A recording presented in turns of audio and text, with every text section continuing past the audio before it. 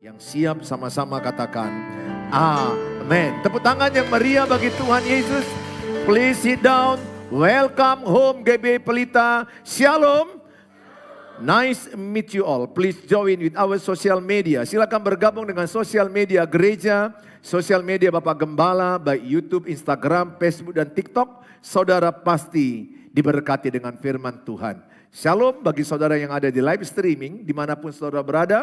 Tetaplah setia mengikuti channel GBI Pelita dan Suheri Gultom. Tuhan Yesus pasti memberkati saudara. Hari ini kita diberkati dengan firman Tuhan, langkah kecil dampak besar. Saudara, apapun yang di tanganmu sekarang, melangkahlah bersama dengan Yesus. Hindari mengeluh, hindari bersungut-sungut, hindari menyalahkan, hindari berkata-kata negatif. Tapi hadapilah setiap tantangan saudara bersama dengan Tuhan. Karena Roma 8 ayat 37 berkata, kita lebih dari pemenang. Kenapa dikatakan kita lebih dari pemenang? Karena Yesus mati di kayu salib dan bangkit dari kematian. Itu artinya dia sudah mengalahkan kematian. Dan itu artinya kemenangan di pihak kita. Kalau dia sudah bangkit mengalahkan kematian, saya terlalu percaya apapun masalah saudara sekarang juga. Saya percaya kalau engkau yakin ada Tuhan menyertai saudara, pasti kemenangan di pihak orang yang disertai Tuhan Yesus. Jangan menyerah, jangan putus asa, jangan mengeluh. Lakukan langkah-langkah kecil yang punya dampak besar. Kita belajar dari 1 Samuel 17 ayat 40 sampai kepada ayat 47. Mari sama-sama kita baca 1-2 ya. Lalu Daud mengambil tongkatnya di tangannya, dipilihnya dari dasar sungai 5 batu yang licin, dan ditaruhnya dalam kantung gembala yang dibawanya, yakni tempat batu-batu, sedang umbannya dipegangnya di tangannya. Demikianlah ia mendekati orang Filistin itu. Orang Filistin itu kian dekat, mengambil, dan di depannya orang yang membawa perisainya terus. Ketika orang Filistin itu menunjukkan pandangannya ke arah Daud, serta melihat dia dihinanya Daud itu, karena ia masih muda, kemerah-merahan dan elok parasnya, orang Filistin itu berkata kepada Daud, anjingkah aku, maka engkau mendatangi aku dengan tongkat? Lalu demi para allahnya orang Filistin itu mengutuki dia. Pula orang Filistin itu berkata kepada Daud, hadapilah aku, maka aku akan memberikan dagingmu kepada burung-burung di udara dan kepada binatang-binatang di padang.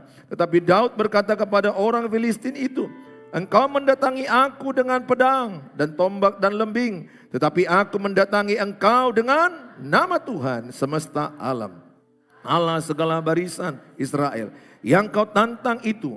Hari ini juga Tuhan akan menyerahkan engkau ke dalam tanganku, dan aku akan mengalahkan engkau dan memenggal kepalamu dari tubuhmu.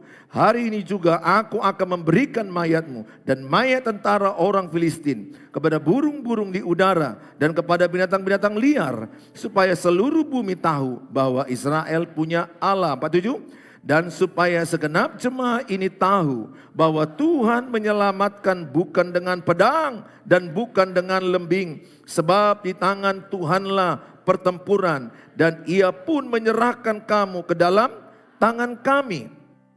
Di slide berikutnya ada gambar Goliat dan Daud yang lagi berperang. Saudara, tidak selamanya kita harus berpikir aku harus punya senjata, aku harus kaya, aku harus keturunan orang kaya, aku harus memiliki backing, aku harus punya apa yang dipunyai dunia ini supaya aku menang. Tidak. Tidak itu yang dipikirkan Daud. Ketika dia menghadapi Goliat musuhnya, dia tidak berpikir bahwa apa yang dimiliki dunia itu menjadi milik dia. Dia hanya berkata, aku punya Tuhan yang besar.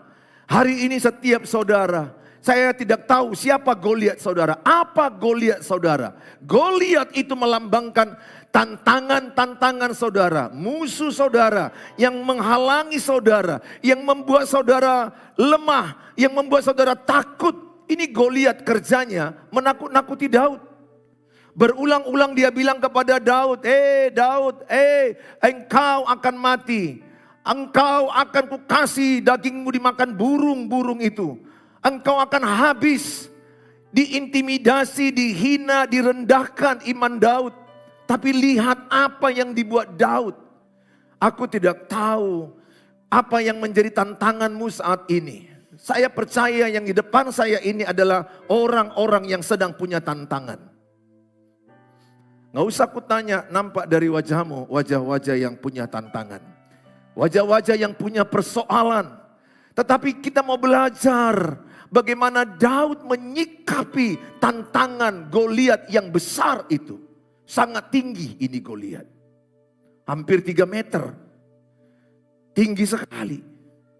Saudara, maka dia mungkin melihat si Daud itu seperti seekor anjing. Kemudian dilihatnya, kemudian diambil si Daud itu tongkat yang biasa dipakai dia. Apa kata si Goliat? Yang kau pikirnya aku anjing? Kau bawa tongkat. Saudara, lihat. Ini gambaran kehidupan kita. Sering sekali mental kita down, lemah. Ketika ada tantangan kita langsung drop. Ketika ada persoalan kita langsung drop. Saya hanya menegaskan kepada saudara, ada Tuhan di pihak saudara. Katakan ada Tuhan di pihak saya. Bilang sebelahnya ada Tuhan di pihakmu. Bilang sebelahnya semangatlah. Percayalah. Amin. Bukankah sering saudara menjumpai orang sikit-sikit mengeluh, banyak kali masalahku. Siapa yang pernah menjumpai orang kalau ketemu sama dia, banyak kali masalahku. Pokoknya gak pernah lah kau jumpai dia, gak ngomong banyak kali masalah. Dan sepertinya dialah orang yang paling banyak masalah. Dan saya kalau ketemu dengan orang-orang seperti itu, maka yang pertama yang saya amati adalah postur tubuhnya. Coba lihat, postur tubuhmu lagi lemah kayak mana? Lagi banyak masalah, gimana postur tubuhmu? Letak bibirmu kayak mana? Letak bibir kan menentukan, betul enggak? Kalau letak bibir orang semangat kayak mana? Kan naik dia. Sukacita, semangat ya. Tapi letak bibir orang yang lagi putus asa kayak mana? Jatuh kan? Jatuh. Kenapa? Saya yang pertama melihat orang pasti yang kita lihat wajahnya dulu, betul? Ya dong, kalau kita lihat orang kan kita lihat wajahnya. Mak, frustrasi kawan ini. langsung kita pun ngomong apa ya? Sama orang. Saudara, karena saya banyak melihat orang-orang ketika banyak masalah. Bahkan dia mau ditipui iblis seolah-olah banyak kali masalahnya. Pernah gak dengar orang bicara samamu, banyak kali masalahku. Terus kau tanya sama dia, cobalah terangkan apa aja masalahmu. Seorang pendeta gitu ngomong sama saya, Pak Gembala banyak kali masalahmu. Gak apa-apa lah ya, kudoakan sebanyak apa sih? 1, tulis. Oh keuangan, aku mau ambil MTH, gak cukup. Keuangan mau ambil MTH gak cukup. Kedua apa? Tadi kan ngomongnya apa? Banyak kali. Yang kedua, ada pertemananku, tapi kayaknya kurang cocok, tapi orang tuanya gak setuju sama aku. Oh, perjodohan ditolak orang tua. Ada di sini? Perjodohan yang ditolak orang tua? Banyak ya, apalagi kalau beda suku, Batak dengan Nias, Batak dengan Chinese, gak gampang loh. Ada aja penolakan-penolakan, tulis kedua. Terus kemudian yang ketiga apa masalahmu? Tadi ngomongnya banyak kali. Tapi yang ketiga dia gak ada lagi loh masalahnya, udah gak tahu dia. Saya mau katakan sama saudara, engkau lebih hebat dari masalahmu. Katakan, saya lebih hebat dari masalah saya. Ayatnya kan jelas 1 Korintus 10 ayat 13. Pencobaan yang kamu alami ialah pencobaan biasa yang tidak melebihi kekuatanmu. Dan saat itu pada waktu kamu dicobai, ia akan apa? Memberikan kepadamu apa? Jalan keluar. Sehingga kamu dapat menanggungnya. Saya hanya katakan ada kata pencobaan yang kamu alami, pencobaan biasa. Biasa di situ artinya apa? Banyak orang mengalami apa yang kau alami. Tidak hanya dirimu yang kesulitan uang, yang di sebelahmu itu lagi kesulitan bayar cicilan itu yang sebelahmu itu. Yang enggak taunya dirimu. Enggak hanya dirimu yang kesulitan masalah suami. Di dunia ini banyak istri-istri kesulitan memahami suami. Banyak orang kesulitan menata keluarga. Enggak hanya dirimu yang punya orang tua yang enggak akur. Banyak keluarga orang tuanya enggak akur. Arti biasa di situ artinya adalah bahwa apa yang kau alami banyak orang mengalaminya. Saya ketika ada masalah dalam pernikahan, saya pikir masalahku aja yang paling parah dalam pernikahan. Ketika aku kesulitan mendidik anak, aku pikir kayak aku aja yang kesulitan mendidik anak. Ketika aku masalah keuangan usaha, sepertinya kami aja lah yang gagal dalam berusaha sehingga gak bisa mencicil uang bank. Sampai istriku marah, histeris sekali. Saudara, iblis terus menipu, tapi saya hanya mau katakan bahwa janji Tuhan semua ujian iman yang saudara alami sudah ada jalan keluar. Coba katakan semua masalah yang ku alami, 1, 2 ya. Sudah ada jalan keluarnya. Bilang sebelahnya hadapi dan sabar. Tidak ada masalahmu yang tidak ada jalan keluarnya. Kutanya kalian waktu ujian SMP, SMA, kuliah. Apakah saat kalian ujian sudah ada jawabannya? Loh. Waktu kalian ujian sudah adakah jawabannya? Sudah kan? Sama siapa jawaban itu? Sama guru kan? Sama penguji kan? Kapan dikasih jawabannya? Sesudah selesai. Kutanya, siapakah yang memilih soal, guru atau murid? Guru. Adakah di antara saudara yang pernah memilih soal kepada guru? Pak guru, ini soalnya buat nomor 1, ini nomor 2, ini nomor 3, ini nomor 4. Tidak. Yang memilih soal siapa? Guru. Siapa pernah gurunya tiba-tiba masuk kelas waktu SMA, tiba-tiba berkata, ujian. Siapa yang pernah? Coba angkat tangan. Yang pernah tiba-tiba gurunya bilang ujian. Terus kayak mana kalian waktu itu? Apa? Mati. Panik ya, panik. Aduh, jangan gitulah Pak, jangan gitulah. Aduh Pak ini, aduh tolonglah Pak. Apalagi ujian fisika. Dipersiapkan aja pun gagal.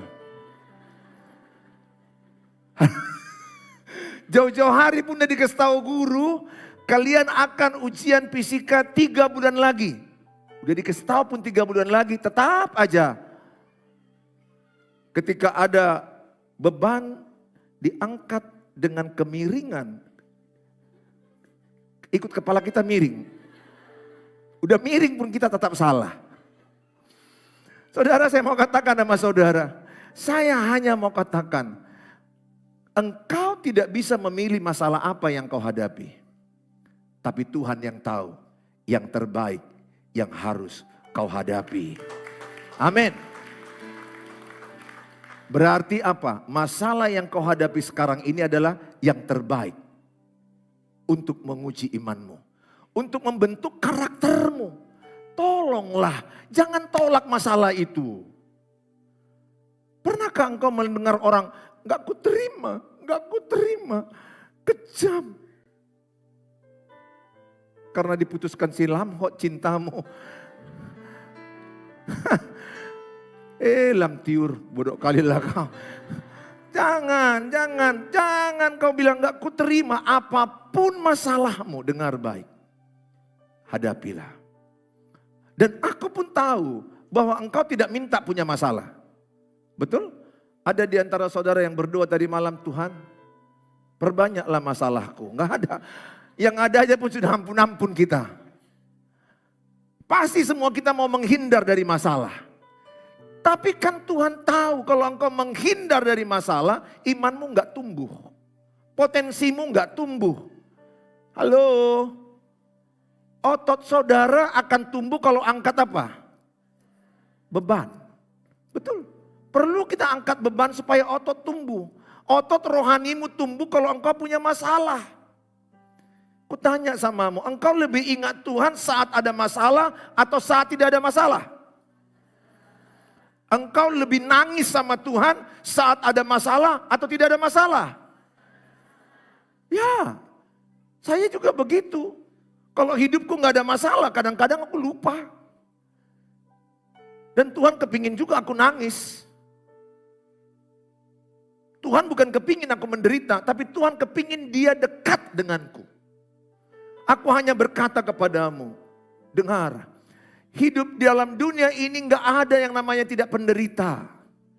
Hidup di dunia ini kejam, keras, tidak adil. Jangan cari keadilan di dunia ini. Tidak adil dunia ini. Hanya Tuhan Yesus keadilan. Dunia bukan tempat keadilan. Aku hanya mau berkhotbah pada hari ini supaya engkau pulang, engkau tahu bahwa ada rencana Tuhan lewat penderitaanmu. Aku mau setiap engkau melakukan langkah-langkah kecil seperti Daud. Bagaimana dia mengalahkan Goliat. Minggu lalu kita sudah belajar bersyukur versus bersungut-sungut. Aku berdoa kalau ada masalah yang kau alami, bersyukurlah dalam persoalan. Bersyukurlah dalam penderitaan. Jangan mengeluh, jangan bersungut-sungut.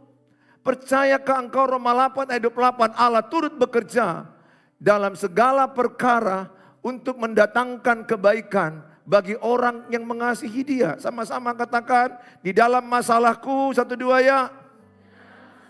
Ada kebaikan Tuhan.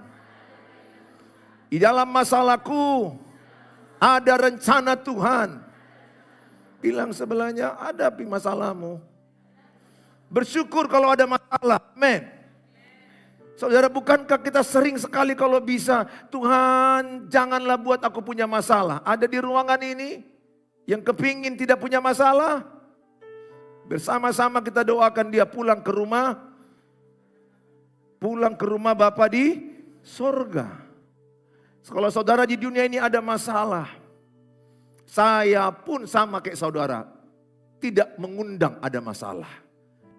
Tapi kalau sekarang ada masalahku, aku ingat Roma 8 ayat 28. Pasti ada kebaikan, pasti ada berkat.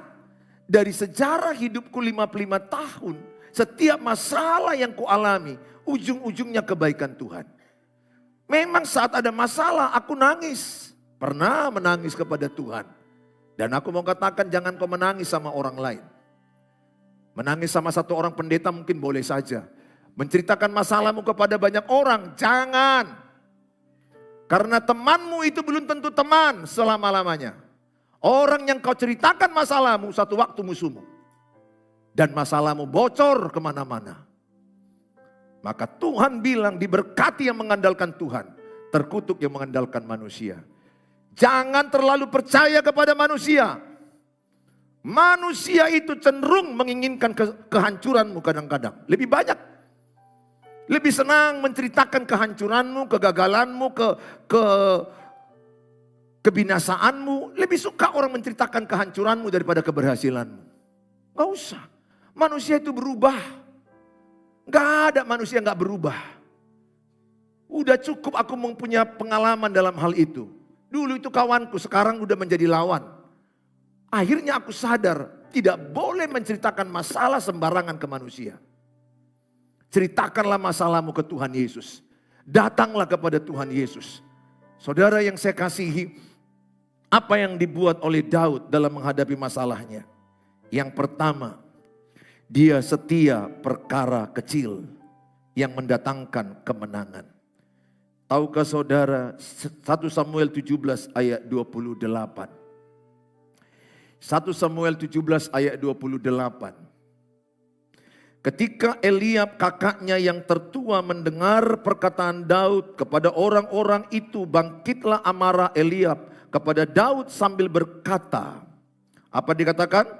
Mengapa engkau datang? Terus, dan pada siapakah kau tinggalkan kambing domba yang 2-3 ekor itu di padang gurun? Sampai di situ. Berapa yang digembalakan dia? 2-3 ekor domba di padang gurun. Saudara lihat, dia punya tongkat, dia punya kecapi, dia bernyanyi. Dia enggak mengeluh dengan 2-3 ekor domba. Pernahkah dia berpikir jadi raja? Enggak pernah. Pernahkah Yusuf berpikir bahwa dia menjadi orang nomor 2 di Mesir? Enggak pernah. Pernahkah engkau berpikir satu waktu engkau menjadi orang hebat? Mungkin belum kau pikirkan. Tetapi apa yang di tanganmu kerjakan. Itu yang dibuat oleh Daud. 2-3 ekor domba itu digembalakannya. Itu berbicara apa? Ada tanggung jawab. Ada yang namanya kepercayaan. Ada yang namanya kesetiaan. Dia setia dengan 2-3 ekor itu, saudara. Daud enggak tiba-tiba jadi raja. Saudara, jangan anggap rendah seseorang. Kalau kau lihat mungkin dia enggak jadi apa-apa saat ini. Saudara tahukah Bapak Presiden kita, Bapak Jokowi dulu? Dia dibesarkan di mana? Di pinggiran kali, di pinggiran sungai. Anak pengusaha kayu. Enggak diperhitungkan. Bentuk dan rupanya pun enggak diperhitungkan. Tahukah saudara Daud, dia punya abang banyak orang-orang hebat. Eliab, Syama, Abinadab. Tapi enggak dipilih Tuhan.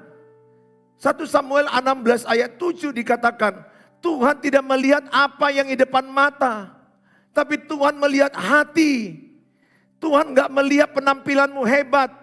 Tuhan enggak melihat kekayaanmu, pengalamanmu, orang tuamu kaya. Tapi Tuhan melihat hatimu. Adakah iman di hatimu? Aku berdoa genapi Lukas 16 ayat 10a. Barang siapa setia perkara kecil, ia setia juga perkara besar.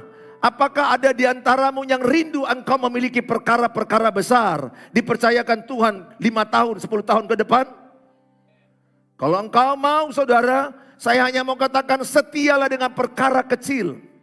Setia. Seperti apa yang dikatakan Pengkhotbah 9 ayat 10.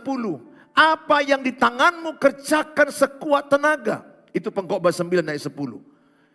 Sama-sama segala sesuatu yang dijumpai tanganmu untuk dikerjakan, apa dikatakan? Kerjakanlah sekuat tenaga. Coba angkat tanganmu. Apa yang dijumpai tanganku ini? Kukerjakan sekuat tenaga.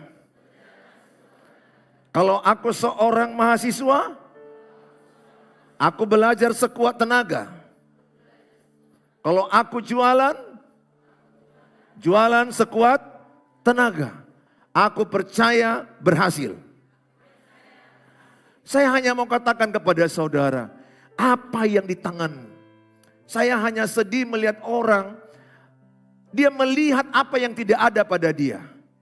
Kenapa engkau iri hati melihat orang berhasil? Menghilangkan kebahagiaanmu apa? Engkau tidak fokus dengan apa yang ada padamu. Saya sedih kalau kita fokus kepada apa yang ada pada orang. Jangan lihat apa yang ada pada orang. Bagi engkau yang suka-suka lihat Instagram, Facebook, jangan cemburu. Aduh, suami istri ini kok bahagia kali ya, pergi ke luar negeri, jalan-jalan kemana-mana, hebat kali udah pencapaian rumah, beli mobil ini Fortuner. Happy. Yang pertama, belum tentu kebahagiaannya sebahagia di sosmed. Namanya sosmed. Tapi kalaupun itu benar, berbahagialah engkau. Jangan iri melihat orang berhasil. Jangan sewot mulut kita mengata-ngatai keberhasilan orang. Kalau engkau mau diberkati Tuhan, senanglah lihat orang senang. Senanglah melihat orang sukses. Senanglah melihat orang berhasil. Anak gadis, kalau engkau mau cantik, senang melihat orang kalau ada kau lihat cantik. Kalau kau lihat orang pulang dari salon, makin cantik loh kamu. Jangan kau jelek-jelekkan dia. Sok-sok cantik itu. Nggak usah lah. Nggak lama lagi kecantikannya akan menular kepadamu. Allah menentang orang yang iri hati. Ini yang dilakukan oleh Daud. Dia nggak mengeluh dengan apa yang ada pada dia. Dia berangkat memberikan makanan kepada abang-abangnya yang lagi perang. Yang disuluh oleh ayahnya. Dan dia setia mengembalakan 2-3 ekor domba. Aku nggak tahu apa yang di tanganmu sekarang. Apakah engkau jualan online? Apakah engkau jualan mungkin di pajak? Apakah engkau sedang pegawai biasa? Atau engkau seorang mahasiswa sekaligus CS di mall? Apa yang di tanganmu, jangan mengeluh. Saya kemarin khotbah di satu sekolah.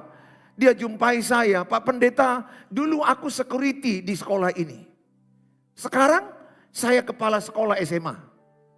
Saya tanya sama orang sebelahnya, betul Pak, dulu security ini. Terus lama-lama dia sekolah. Sekarang kepala sekolah. Halo, enggak selamanya kau miskin. Enggak selamanya kau susah. Enggak selamanya kau jelek.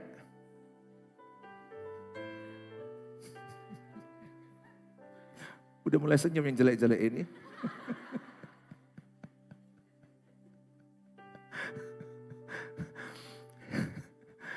Enggak selamanya kau menderita.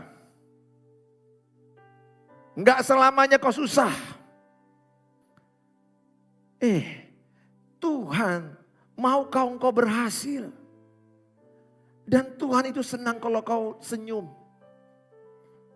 Tapi kau sendiri yang membuat kau gak mau senyum. Susah terus.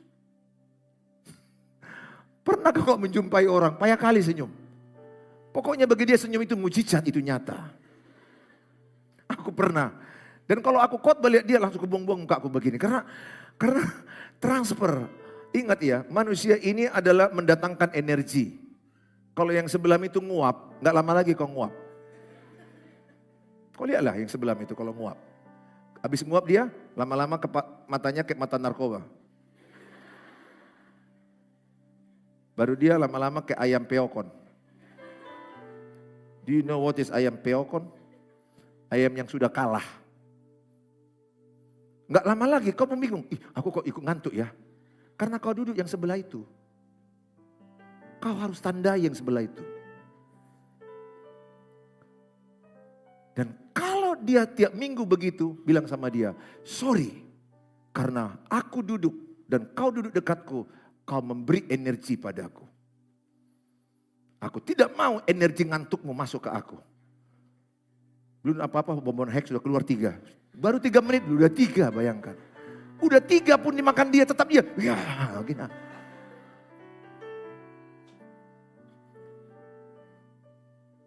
Bukankah engkau pernah jumpa orang senyum kepadamu di mall, di pesta, nggak kenalnya samamu, tapi dia, kau balas apa coba? Kau balas apa?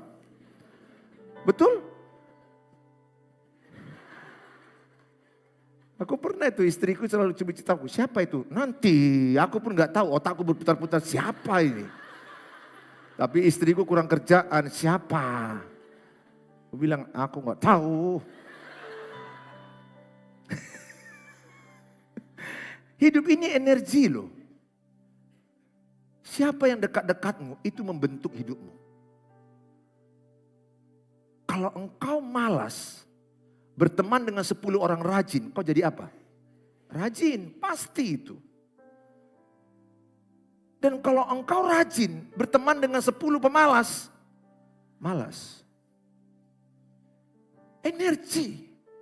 Alkitab bilang begini, jangan bergaul dengan orang yang lekas gusar. Jangan bergaul dengan orang yang lekas marah. Jadi kalau dia lekas marah, Kau nggak boleh dekat-dekat. Aku pun nggak boleh dekat-dekat. Contoh. Kata Amsal apa? Supaya engkau jangan jadi pemarah. Sifatnya transfer, contoh. Kalau ini orang yang suka mengeluh. Ini orangnya riang, terus berteman. Lama-lama mengeluh. Aku tanya samamu dulu. Enaknya kau rasa makan, jumpa dengan orang yang mengeluh? Udah ceria kali ini. Makan 10 orang di meja makan. Pesan, pangsit tambah. Puyung hai.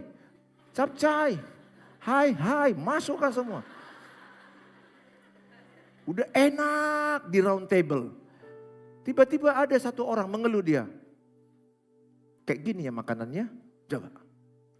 Hanya dia ngomong kayak gini ya makanannya. Kita udah ceria semua. Lihat, mengeluh itu merusak. Mengeluh itu energi negatif. Mengeluh itu membuat mukamu jelek. Udah jelek makin jelek. Aduh. No way anak gadis. Buru Batak, buru Hasian. Buru Nias, buru Hasian. Dengar, please deh. Jaga.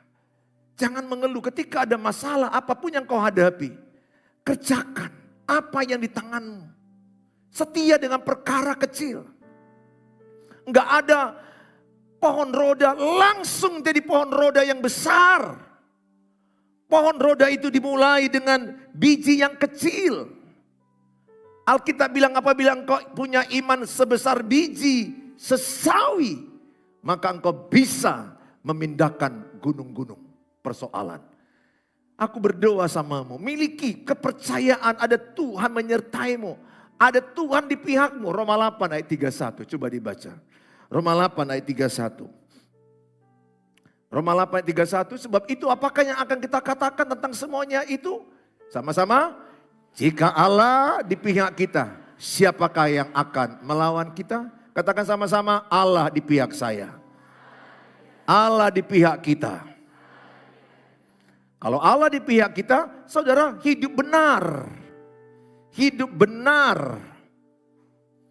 Bukan berarti kalau saudara Allah di pihakmu, hidupmu gak benar diberkati. Mau ibadah bolak-balik, mau ibadah pagi siang malam, mau berdoa bahasa Indonesia, bahasa Inggris, bahasa roh.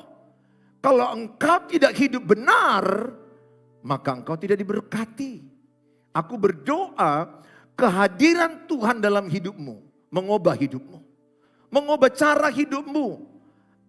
Engkau bukan lagi jadi pemalas, engkau orang yang rajin. Engkau orang yang ulet, engkau orang yang tangguh, persistensi yang tinggi, tidak mudah menyerah. Gak ada orang yang berhasil kalau mengeluh. Gak ada orang berhasil kalau kerjanya iri hati.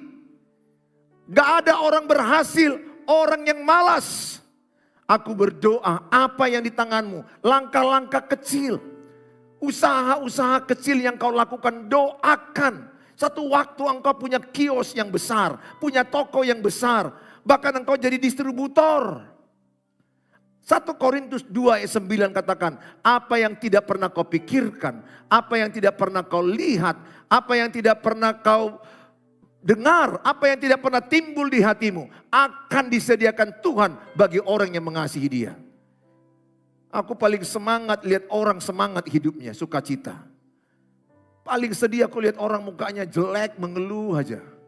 Bukan jelek karena pesek hidungnya, bukan. Bukan karena jelek tubuhnya, bukan. Bukan karena itu kan ciptaan Tuhan.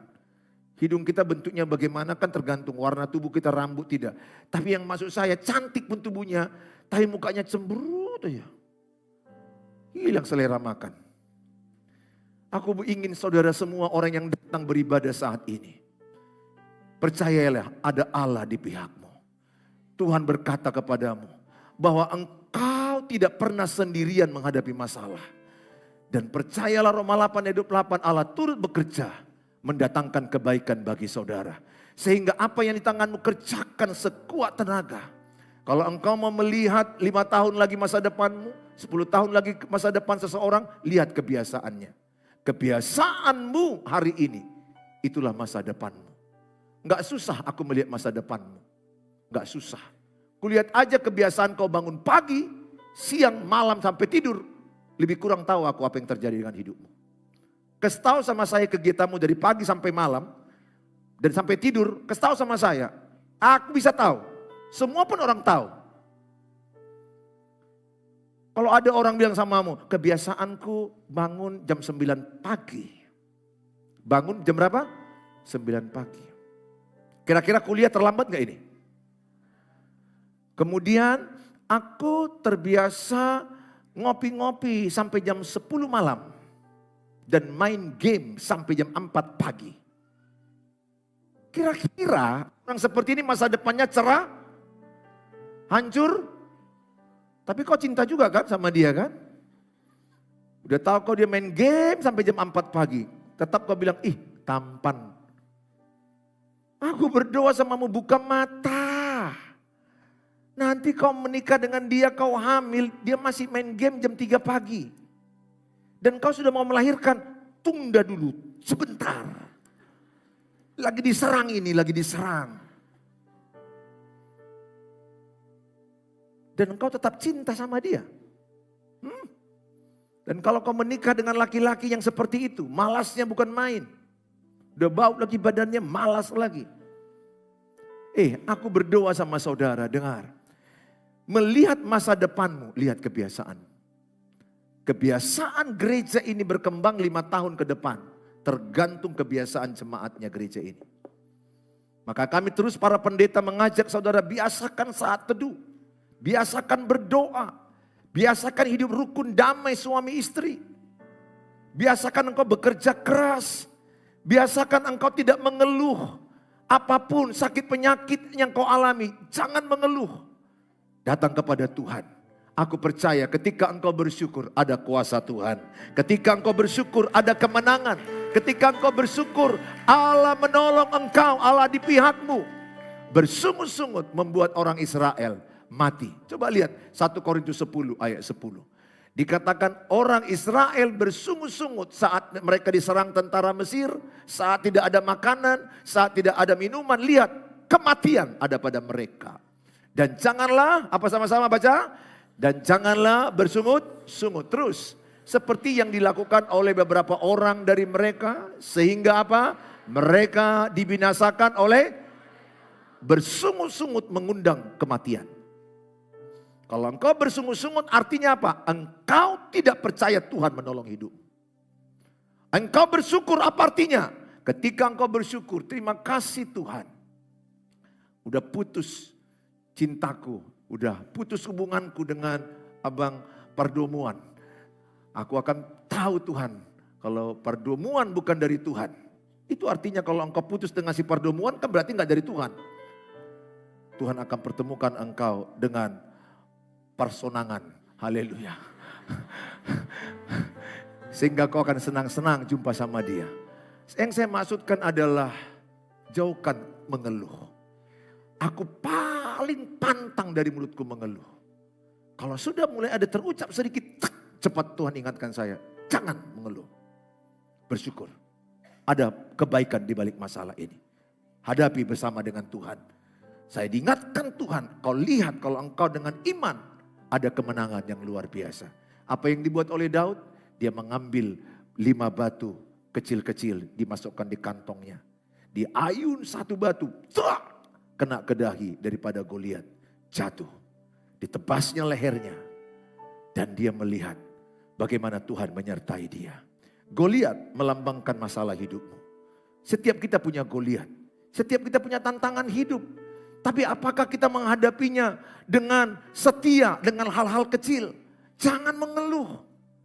Tidak ada orang yang langsung hebat besar tanpa masalah, tanpa hal-hal kecil. Jangan lihat orang langsung berhasil. Jangan lihat gereja ini jemaatnya langsung 2.500 sekarang ini. Jangan. Gereja ini pernah mengalami yang namanya jemaat demon. Jemaat mengalami yang namanya kehancuran. Kami juga mengalami pelayan keluar. Diusir, jumlahnya sangat sedikit. Tekanan demi tekanan dari tetangga. Ketika saya khotbah diturunkan. Lagi khotbah saya diturunkan. Kenapa rumahmu jadi gereja? Turun. menghadap ke kantor camat dan wali kota. Saya hadapi. Nggak ada yang langsung mudah. Nggak ada yang langsung naik di atas. Kita ini sering sekali melihat orang langsung di atas. Lihat prosesnya berat. Aku hanya berkata, aku tahu berat prosesmu. Ingat, semakin berat prosesmu, karena semakin besar rencana Tuhan bagi saudara. Semakin berat penderitaanmu, semakin berat rencana Tuhan, semakin luar biasa rencana Tuhan bagi saudara. Harapanku ibu dan bapak, jangan mengeluh. Anakmu ada yang gak bertobat, keluargamu ada belum selamat. Kalau engkau datang kepada Tuhan, Tuhan akan memberikan pertolongan. Yang kedua, iman yang berani melangkah. Berani melangkah. Kalau engkau punya iman, ada kata berani. Iman itu ada unsur berani. Itu yang dialami oleh Daud. Dia berani melangkah. Dia menghadapi Goliat dan dia berkata, engkau menghadapi aku dengan tombak dan lembing. Tapi aku menghadapi engkau bersama dengan Tuhan Allah Israel. Lihat, dia melangkah, dia enggak takut. Maka orang yang beriman tidak pernah langkah mundur.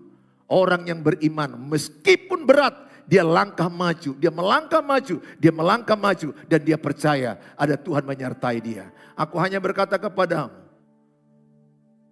melangkahlah dengan iman. Yang penting jalan hidupmu benar, jauhkan sungut-sungut. Percaya penyertaan Tuhan membuat engkau menang. Mungkin orang tuamu bukan orang kaya. Mungkin orang tuamu orang biasa, orang susah, orang miskin. Tetapi kalau engkau bersama dengan Tuhan, saya terlalu percaya Tuhan menolong engkau. Saya sebagai gembala jemaat, aku tahu engkau lagi berjuang dalam banyak persoalan dan banyak penderitaan. Pesanku sama saudara, ingatlah penyertaan Tuhan membuat engkau kuat. Ingatlah melangkah hal-hal kecil, berdoa sebelum berusaha. Kerjakan usahamu dengan segenap hati. Bersyukur, kuliahlah segenap hati. Tuhan tolong engkau beasiswa S2, S3, doktoral. Bagi Tuhan tak ada yang mustahil. Tepuk tangan bagi Tuhan Yesus. Kemenangan terjadi di sini. Kalau Daud menang karena disertai Tuhan. Bukan karena tombak dan lembing. Aku percaya semua kita di ruangan ini orang yang disertai Tuhan. Kalau engkau disertai Tuhan, kemenangan terjadi bagi saudara.